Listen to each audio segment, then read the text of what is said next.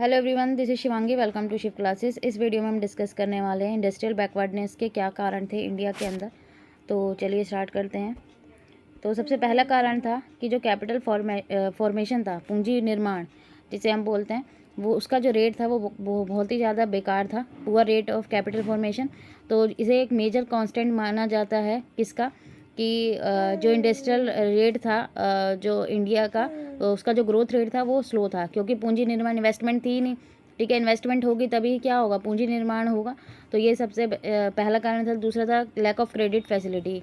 ठीक है, क्रेडिट की फैसिलिटी इंडिया में इतनी ज़्यादा इजी नहीं थी, तो इसकी वजह से जो प्रॉब्लम था वो मोर कॉम्प्लिकेटेड था किन के लिए, जो माइक्रो और स्मॉल स्केल सेक्टर्स थे उनके लिए। फिर थर्ड है पॉलिटिकल फैक्टर। तो जब हम प्री इंडिपेंडेंस मतलब आज़ादी से पहले, तो जो इंडस्ट्रियल पॉलिसी थी जो ब्रिटिशर्स रूलर्स के द्वारा फॉलो की गई थी वो इंडिया के फेवर में नहीं थी। इंडिया जो था सिर्फ एक प्राइमरी प्रोड्यूसिंग कंट्री रह गया था जब तक 200 साल तक उन्होंने हमारे ऊपर राज करा था। सिर्फ हम किसका एक्सपोर्ट करते थे, जो प्राइमरी प्रोडक्ट थे सिर्फ उनका। ठीक है, और वो भी कहाँ जाता था, ब्रिटेन में ज़्यादा 50% से ज़्यादा जो था हमारा एक्सपोर्ट इम्पोर्ट था वो कहाँ था, किसके साथ था, वो हमारा ब्रिटिशर्स के साथ ही था। तो सिर्फ हम प्राइमरी प्रोडक्ट्स को ही करते थे, हमारे यहाँ पे कुछ मैन्युफैक्चर्ड नहीं होता था। इसकी वजह से जो थी हमारी इंडस्ट्री वो पिछड़ी हुई थी। फिर आ गया लैक ऑफ इंडस्ट्रियल फैसिलिटी। तो जो फैसिलिटी होनी चाहिए, इंफ्रास्ट्रक्चरल फैसिलिटीज़ थी, ठीक है, वो क्या थी इंडस्ट्री के लिए, वो कैसी थी, पिछड़ी हुई थी। प्रॉपर ट्रांसपोर्टेशन नहीं था, कम्युनिकेशन नहीं था काफ़ी सारे पार्ट में इंडिया के। तो एक कारण ये था। फिर है ट्रेन वर्कर की बहुत कमी थी। तो भाई टेक्नोलॉजी का इस्तेमाल करना आना चाहिए, ठीक है, उस हिसाब से स्किल की नॉलेज होनी चाहिए, तो वो चीज़ नहीं थी। फिर है poor performance of agriculture sector. हमारा जो एग्रीकल्चर सेक्टर था उसकी परफॉर्मेंस अब एग्रीकल्चर सेक्टर पर डिपेंड था, क्योंकि भाई जो कच्चा माल है वो इंडस्ट्री में भाई तैयार माल बनेगा, ठीक है, लेकिन कच्चा माल कहाँ से आएगा, हमारे पास एग्रीकल्चर सेक्टर से आएगा।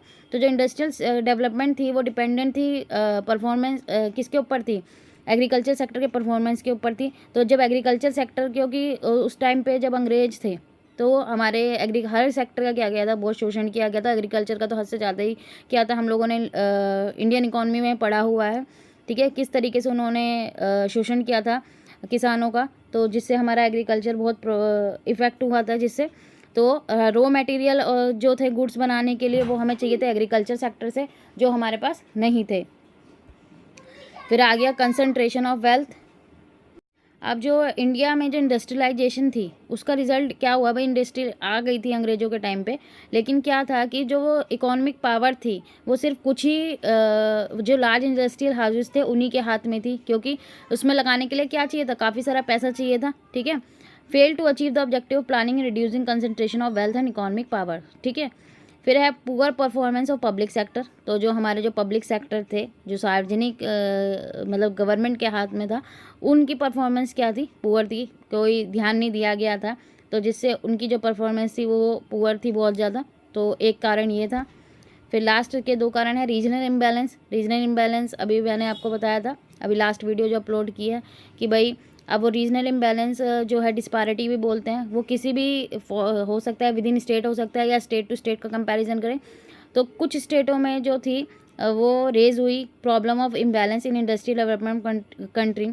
अब वेस्टर्न रीजन कंपैरिजन, महाराष्ट्र और Gujarat attain maximum industrial development. अब हम देखें वेस्टर्न रीजन में अगर हम करें, महाराष्ट्र और गुजरात में ज़्यादा से ज़्यादा इंडस्ट्रियल डेवलपमेंट हुआ, ठीक है, और उसके कंपैरिजन में अदर स्टेट में इंडस्ट्रियलाइजेशन हुआ ही नहीं।